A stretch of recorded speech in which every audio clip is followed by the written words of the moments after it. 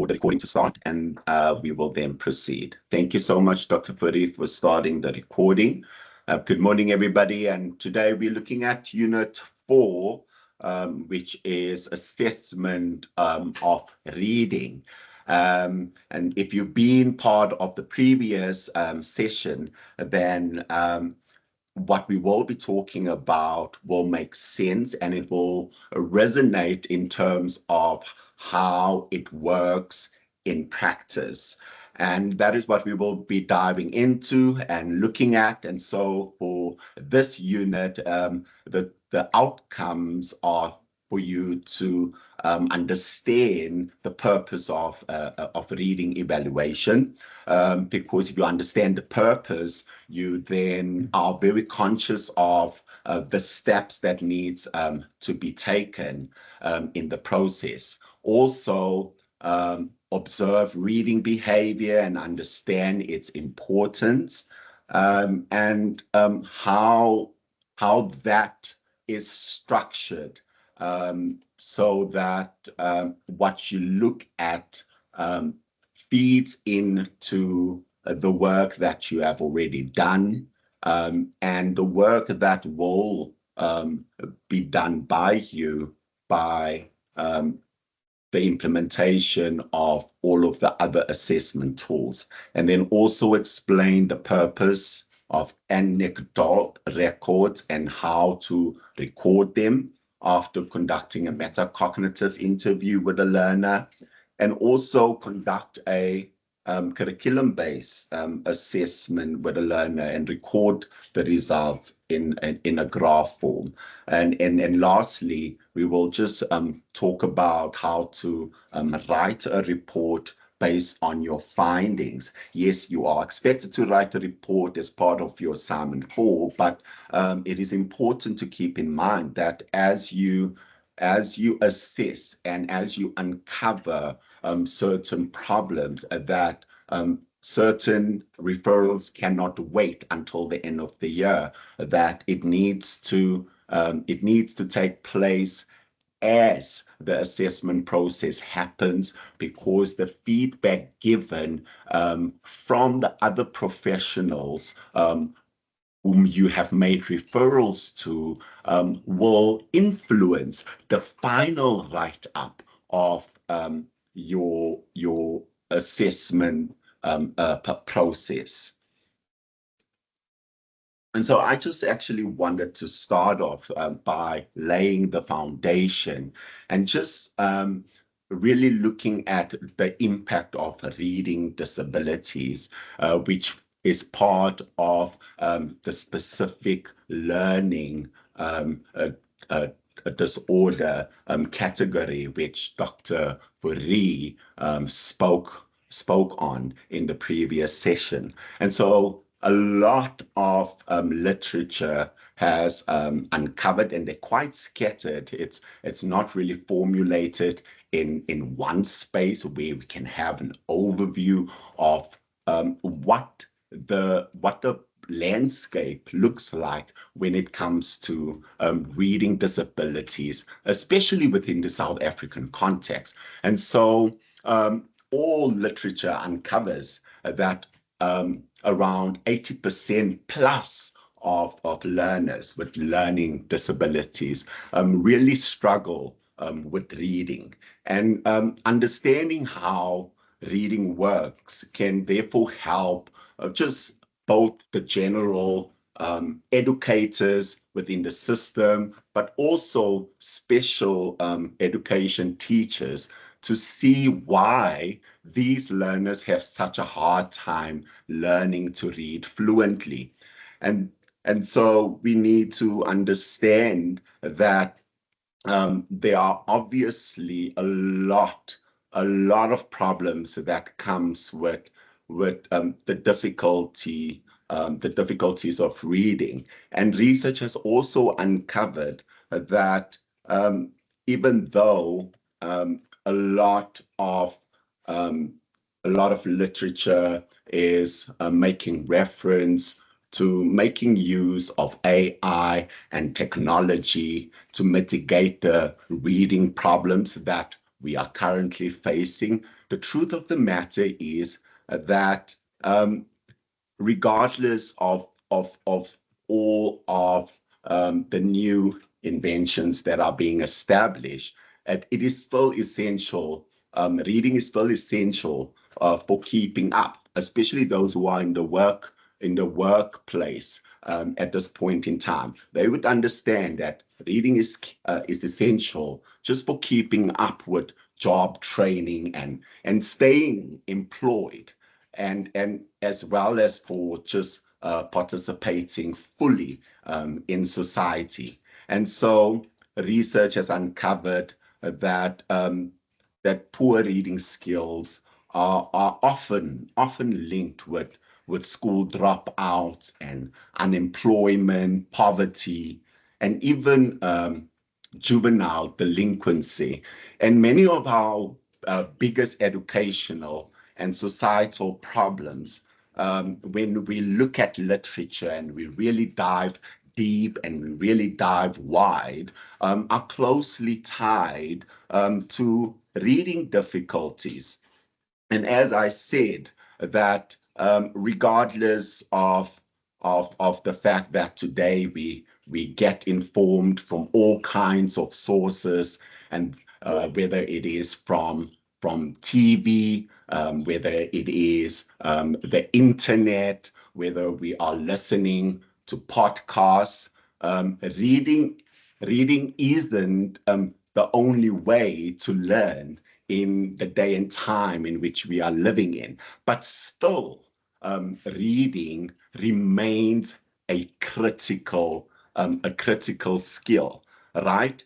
And so it is important that we therefore understand the importance of reading, and really be conscious about um, implementing programs and interventions that will help our learners fall in love with reading again, so that that can become a way of life that will serve them later on as they navigate their purpose in the fields that they will venture into.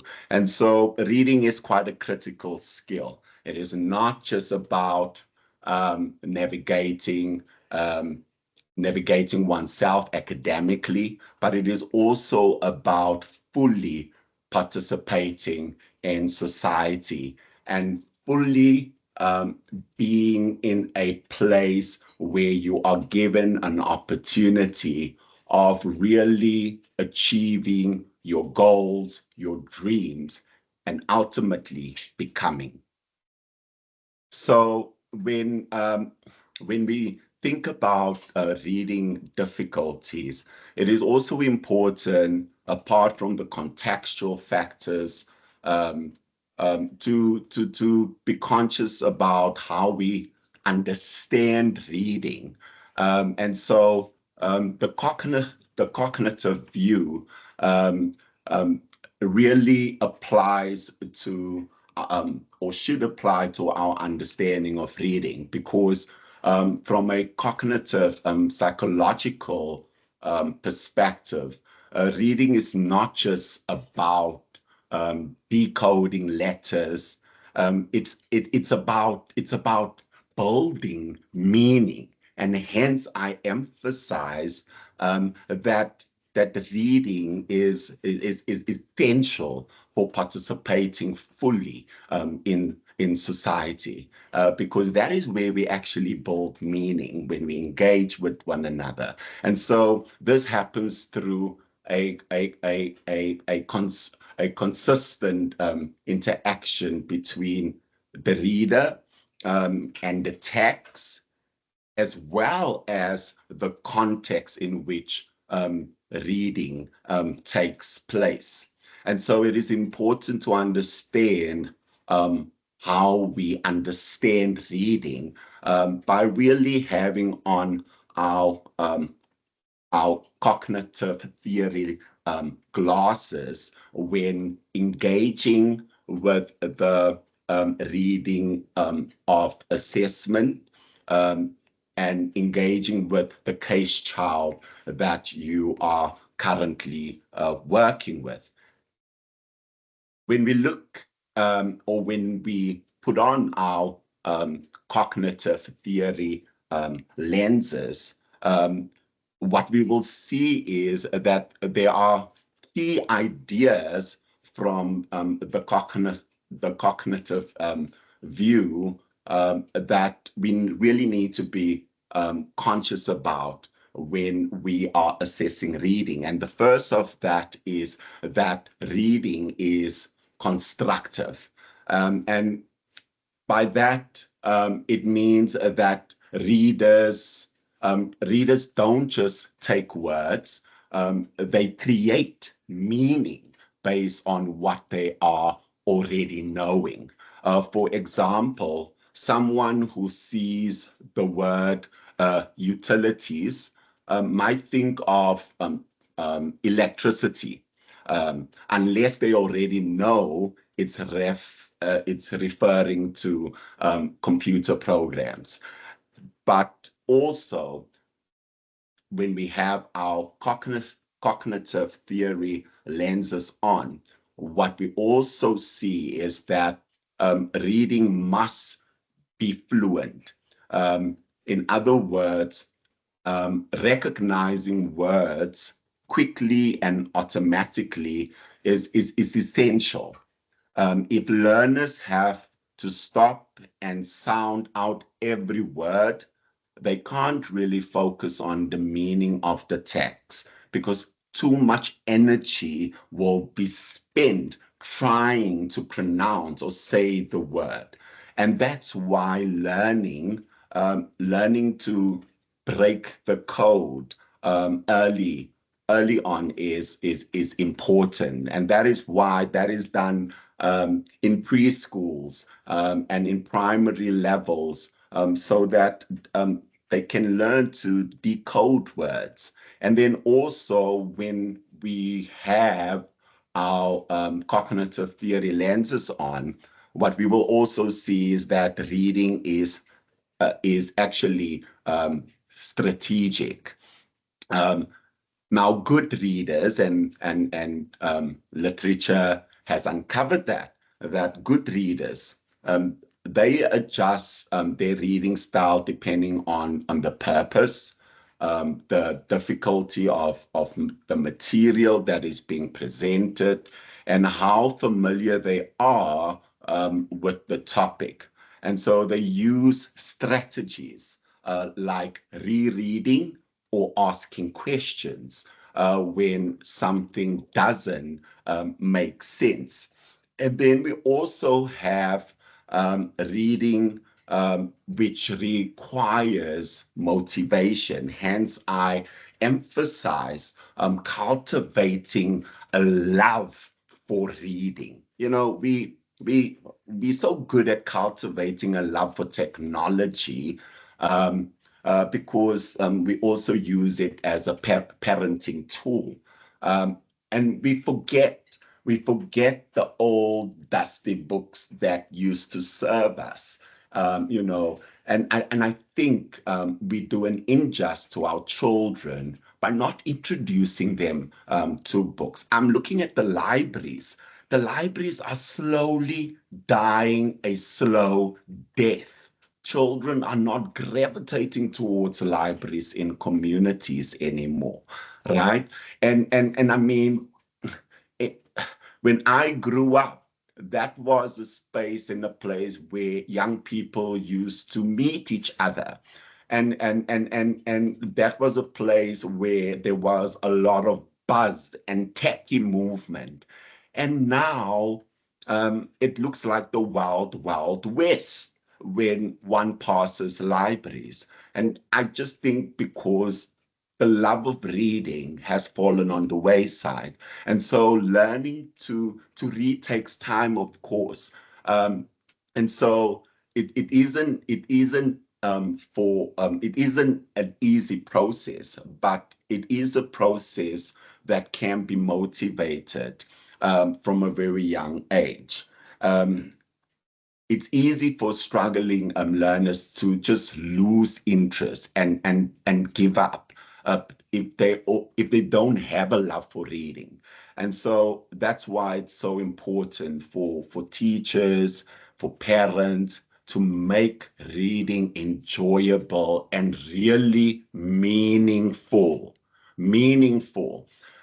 And that is what the cognitive theory lens will show you if you put it on when looking at what reading is all about and what constitutes it. And then lastly also is what the cognitive view would show you is that reading is a lifelong skill, right?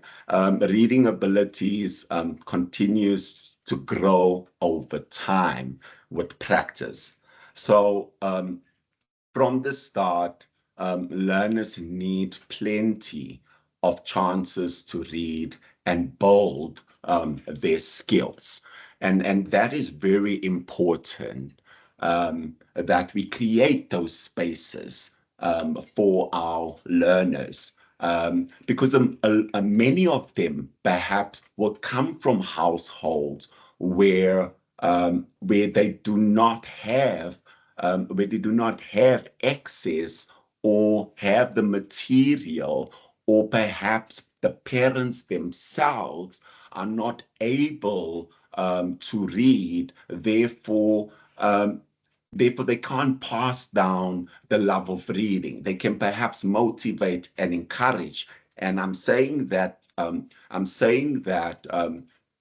you know, because that was a reality within my own life, having a mother who could not read, but who encouraged me to read on a constant basis.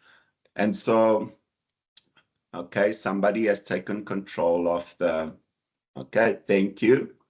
Are you done? So that takes us to the next slide. And that is just looking at key parts of reading, right? Which is word recognition as well as comprehension. Now, reading obviously involves two major components, which is word recognition and then understanding what they mean. When we read up on word recognition, you will see that this includes decoding words and just matching letters to sounds and using strategies like phonics and sight words, or perhaps context clues and word parts like prefixes and suffixes, all of those things that are already happening in the classroom, right? And so learners need these skills to figure out unfamiliar words. And then when it comes to reading comprehension, this is the ultimate goal, isn't it? The ultimate goal, because when you then get to matric, grade 12, the ultimate goal is to be able to comprehend what you are reading, not just in language, but in all of your subjects. So, so reading is not subject specific. Reading happens across all subjects, right? And so reading comprehension is the ultimate goal. In other words, just understanding what you are reading. And it really goes beyond recognizing words to thinking deeply about meaning and structure and purpose. And so when we look at word recognition as a strategy, what we also need to be mindful of is the phonics, phonological skills that students ought to have developed, and because learners learn to match sounds to letters at a quite early age. And this is often called breaking the code. And to do this, they must first understand that words can be broken into smaller sound units, a skill called phonological awareness. And then also sight words. Now, these are words that readers should recognize instantly. They should recognize it instantly when they see it. And many high frequency words don't follow typical spelling rules like was and said. So they need to be memorized as well. And then we have the context clues, and sometimes the words around an unfamiliar word can really help learners guess its meaning. Not just learners, but I find that a lot of adults also sometimes go through that process, right? Where the words around a particular word that they don't know creates the context for them to understand the word that they are looking at. And so practicing this with real stories is one of the best ways to learn context clues. And then also when we think about word recognition strategies, what we also need to think about is structural analysis. Now, this involves just breaking words into parts, right? Um, um, uh, Breaking it into parts, I'm making a referral to prefixes and suffixes and the root words, right? And the syllables. And so these are skills being taught at schools because they serve a purpose in helping um, children read more fluently as they develop over time. So if students are helped to figure out unfamiliar words, and by understanding their structure, by breaking them up, it then helps when it comes to reading huge content.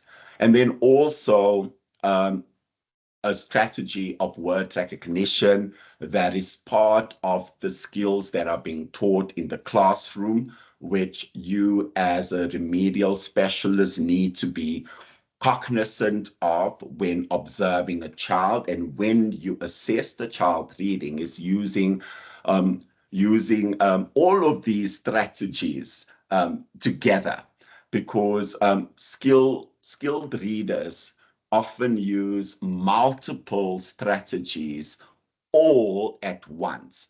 And learners with learning disabilities will need repeated practice with each of these strategies to really become confident and flexible readers.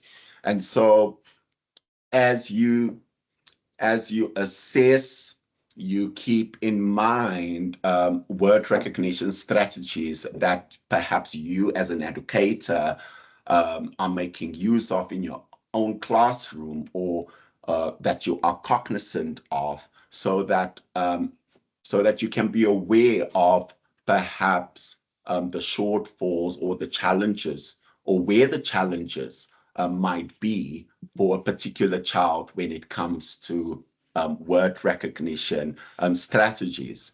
And then that obviously lead towards understanding what what you read, and and a lot of people have put a lot of emphasis on reading comprehension, because reading comprehension means making sense of what's on the page, what is in front of me, right? So even learners who've learned to recognize words might still struggle with understanding more complex texts. And you will find that um, such um, such um, such observations can be seen mostly in adolescent learners, in learners at high school, because they have learned to mask, and they've learned to mask for survival purposes, right? And so they've learned to recognize, but they haven't acquired the skill of understanding what they are reading. And so a lot of masking happens, especially among adolescents, according to literature, um, because it allows them to survive, and they are in survival mode, because they're very cognizant or conscious about their environment. They're cognizant and conscious about the many changes that are happening to them developmentally. And again, as adolescents, they're trying to find their place in the world. And so we find that the sad reality is a lot of masking happen, um, and a lot of them then get stuck on word recognition and never really acquire the skill, the comprehension skills of understanding. So it is important for us to know that good comprehension depends on three things, and that is the reader, what knowledge and interest they bring to the text. So if the knowledge is quite poor because it wasn't stimulated um, on primary level, it's going to show up as masking in high school, um, where a learner can read aloud, but when you actually test the comprehension part of it, they cannot apply. And then also the text, how clearly it's written and how it's organized, right? And then also the context, where and why reading is happening. For example, a test situation can make a learner anxious, and that in turn can affect their understanding. And I love the fact that um, um, that was part of Dr. Furi's conversation, the emotional components that are part of the learning experiences, that um, that tends to hijack how learners show up in certain spaces, and how they perform in certain tasks. So these factors really constantly interact uh, while someone is reading. And if the content matters, or if the content matches what the reader already knows, or if reading is easier, if it's unfamiliar, or it conflicts with their prior knowledge, it will then make it harder for them to read. And that is why I've started really advocating for reading, or what we are exposing our learners to be representative of who they are, you know. And so I've been encouraging a lot of teachers who I've been talking about to find books that represents who the child is that they are working with, and to expose them to those books, because I think representative is very important, to try and cultivate a love for reading. And then the three core concepts in reading comprehension um, is the following. As mentioned, prior knowledge, right? Because because reading comprehension does depend on prior knowledge. What students already know matters. If they don't have enough background information, they won't understand the text, even if they can read the words. So teachers need to help learners build that knowledge. And then secondly, it's a language process. Now, reading is really tied to understanding how language works. And sometimes you can you can't figure out the meaning of a word or phrase until you finish the whole sentence. And understanding sentence structure and recognizing redundancy, like when something is repeated in different ways, and that it happens a lot in comprehension tasks, in the language subjects at schools. This can help with comprehension. And also, we need to understand that comprehension is a thinking process, um, because reading is like solving a puzzle, and learners have to ask questions. They need to make predictions, and they need to figure out relationships between ideas. They need to be taught to think critically and to actively engage with the text. Because comprehension skills, um, because comprehension skills that are already being taught can actually also be used in order just to identify where the learner is struggling. Let me just quickly share sorry for that, guys. One of the participants closed the screen. Let me just resume. There we go. Just thumbs up if you can, if you can view the, okay. There we go. So again, the comprehension skills that are, thank you guys. The comprehension skills that are already being taught in the classroom are the skills that can, those are the things that we need to look out for when we are assessing whether the reading comprehension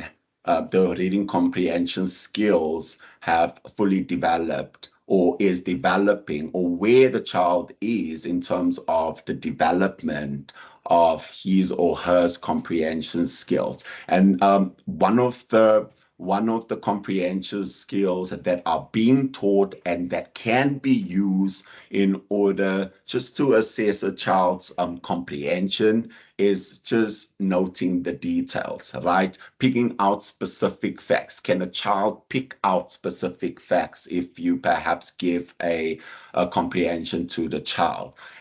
Secondly, identifying main ideas. Can the child find the central message of what he or she is reading? Sequencing, right? Can the child understand the order of events or steps, right? And then can the child make inference? In other words, can the child figure out what the writer means when what the writer means, even if it's not directly stated?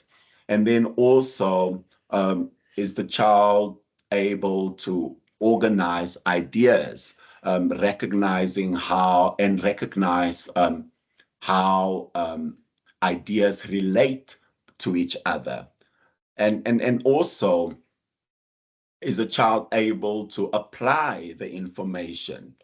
Can the child use what was read to solve problems or make decisions? And then lastly, is the child able to evaluate the content? In other words, can the child judge the material for bias or relevance or logic? And that calls for critical thinking, right? And so as teachers, these skills um, can be taught, but they can also be used in order to gauge where the child is in terms of his or her development. Um, because these skills directly these skills directly and significantly affects reading comprehension, um, and it can be improved if teachers or remedial assessors are conscious or are are aware of that which they need to look for in order to just improve a student's experience of reading as well as understanding. And that brings me to the purpose of reading assessment and why we actually evaluate. And so we evaluate because number one, and was spoken of in the previous session for diagnostic purposes, just to find out where students are standing, right? Um, and before we can help learners to grow, we need to know where they are starting. And diagnostic reading assessments just help identify learners' current reading levels and uncover perhaps specific skills in the gaps. Um, and secondly, it also helps in terms of just tracking the progress and to improve teaching. And that is just part of the formative assessment approach, which we spoke about in Unit 1. And these are just ongoing assessments that just help monitor how the learners are doing over time. And they just provide teachers and assessors with a valuable feedback to just tweak instruction based on the learner's needs. And then also, thirdly, we evaluate in order just to measure what learners have already learned. And this is part of the summative assessment that is applied. And we know here that we use the standardized tests in order to help us uncover perhaps real world literature challenges. And then also to build better readers ultimately. And it's all about skill development because reading assessment isn't just about measuring and, aha, you are struggling with this and you're struggling with that. No, it is actually a tool to help students grow. They can encourage the development of higher order skills like analysis, inference, and synthesis. And over time, learners also learn to take charge of their reading growth through self-assessment and reflection. And then lastly, it is making assessments fair and making learning available to everybody. And that is obviously what the purpose of the inclusive framework and white paper 6 is all about. And one critical aim to ensure assessment works for all learners, regardless of their backgrounds. And so very quickly, I want to just touch on the metacognitive reading interview, which is just thinking about thinking while reading. And so what that means is that a metacognitive reading is an approach that is an interview that really just explores how learners plan and monitor and adjust their reading strategy. It's really less about what they read and more about how they approach the reading. And what it looks at is the planning.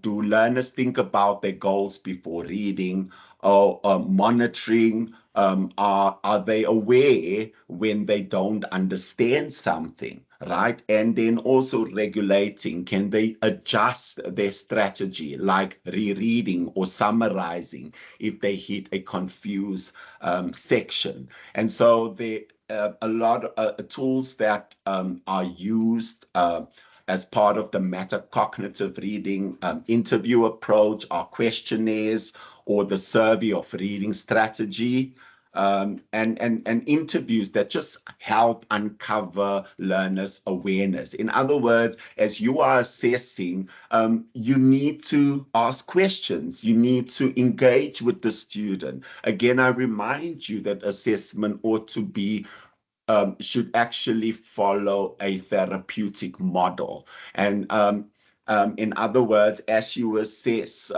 part of the questions that you ask need to be intentional, right? Your semi-structured, in other words, your semi-structured interview questions that you have on hand or that you have been thinking about beforehand, that will just allow you for just a deeper discussion or revealing the thinking behind their reading choices.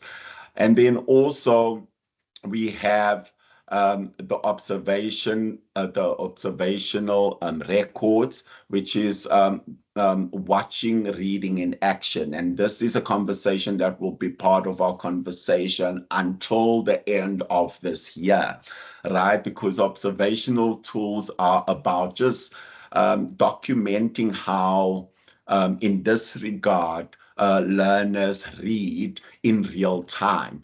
And this method just really captures things that tests might miss.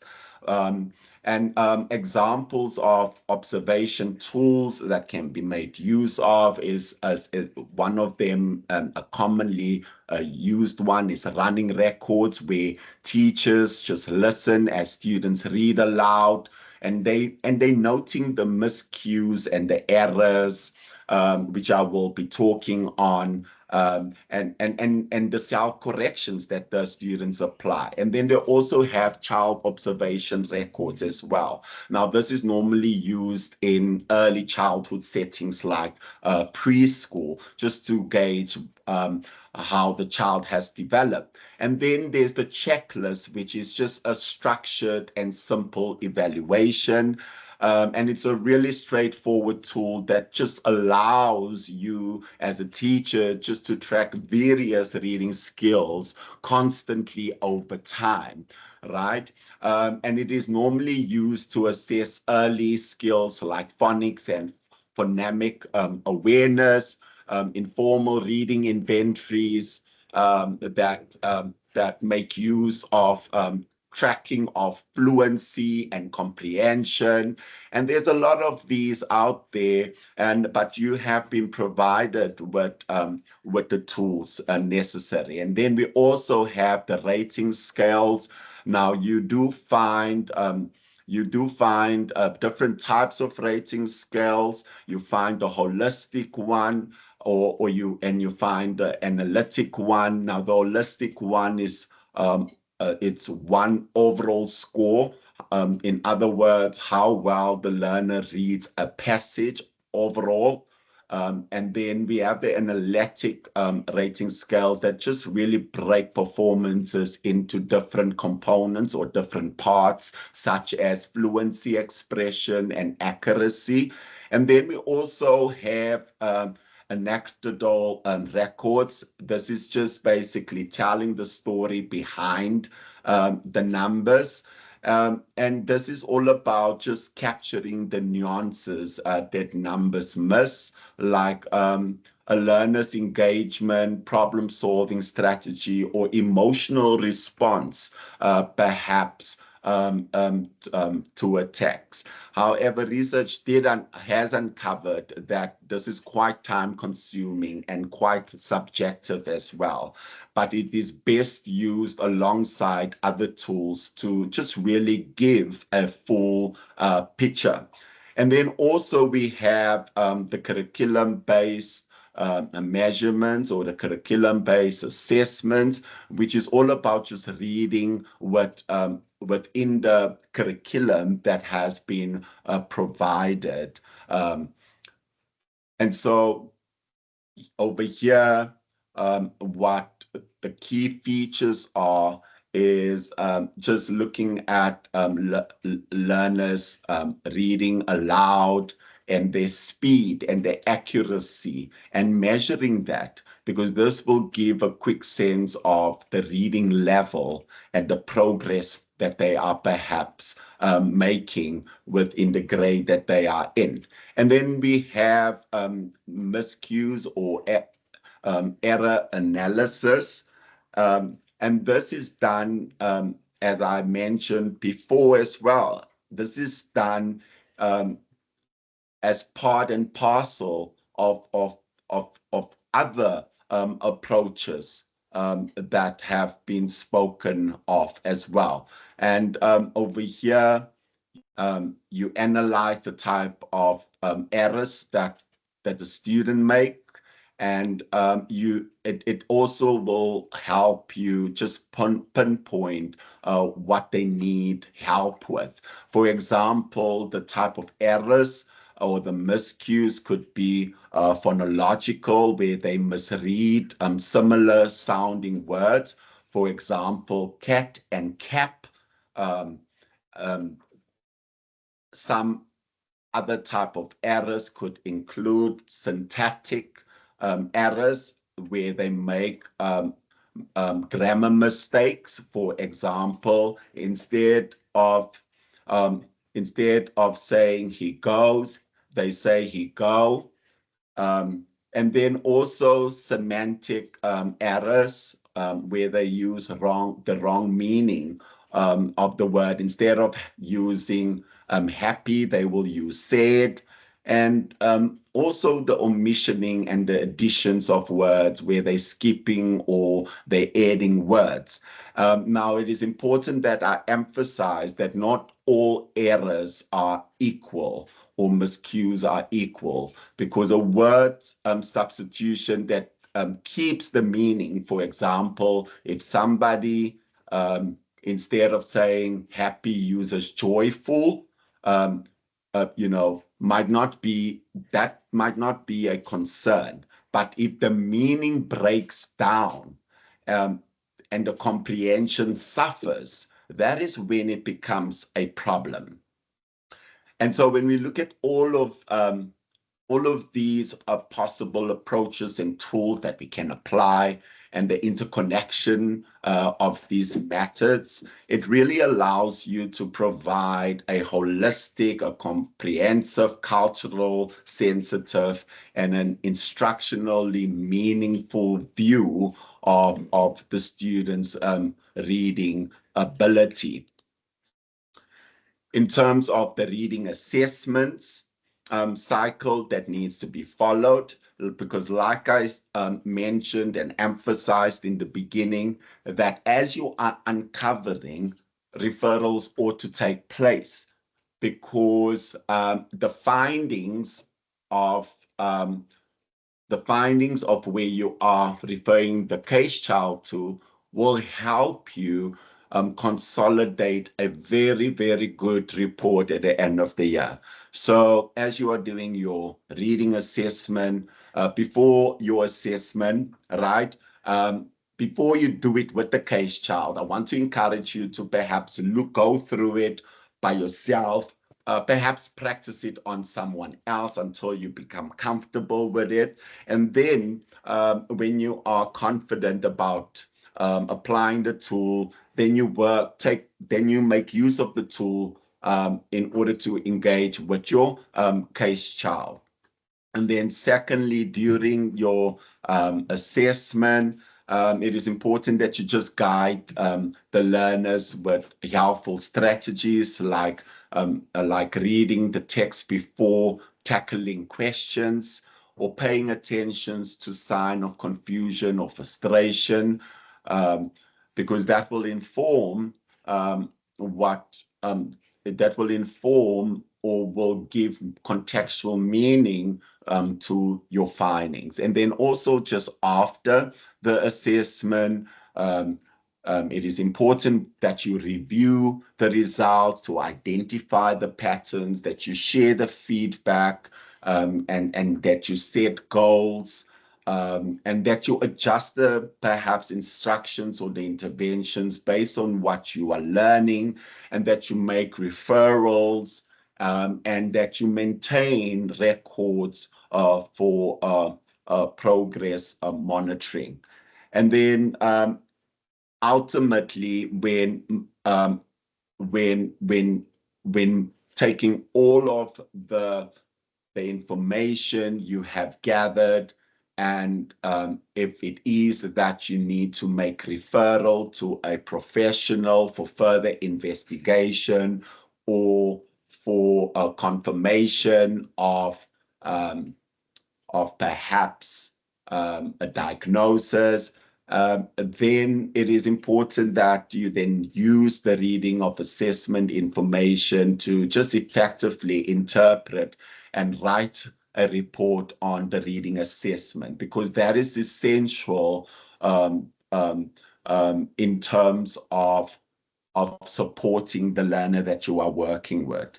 And this will involve just analyzing the assessment, the results, drawing conclusion about the reading abilities, and just presenting the findings in a clear and organized way for referral purposes. Now, it is important to take note that in your introduction to the assessment, underneath the purpose of the assessment, here you just briefly explain why the reading assessment was conducted. This could really just include identifying reading levels, just identifying difficulties and measuring the progress, the assessment tools that you've used, and then also just give an overview of the reader, a background of the information about the reader, including the grade level, and any previous reading intervention of assessment, the context of the assessment, where you explain the context in which the assessment was conducted.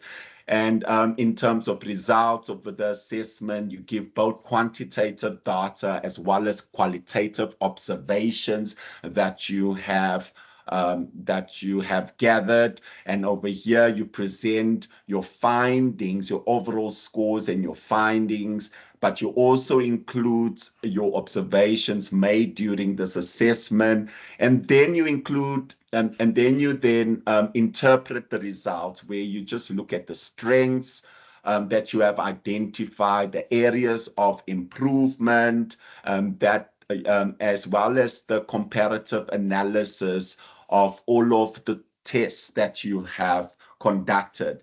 And lastly, you will then make recommendation. And over here, you will give instructional strategies where you make suggestions.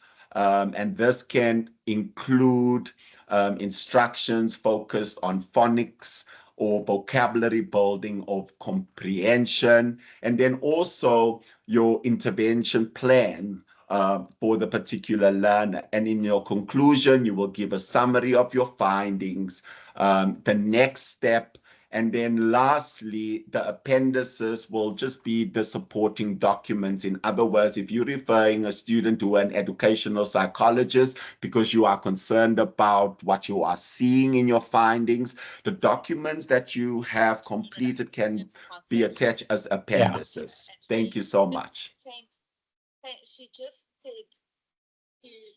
All right. And so I want to encourage you to make use of the resources here to help you take a deeper dive into understanding reading of assessment.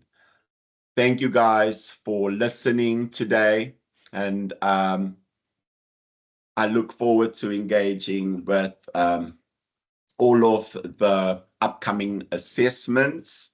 And again, I invite you to reach out if you have any concerns and if you need any guidance in terms of the work that you are currently doing.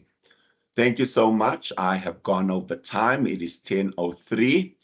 Dr. Furi, can I please ask you to stop the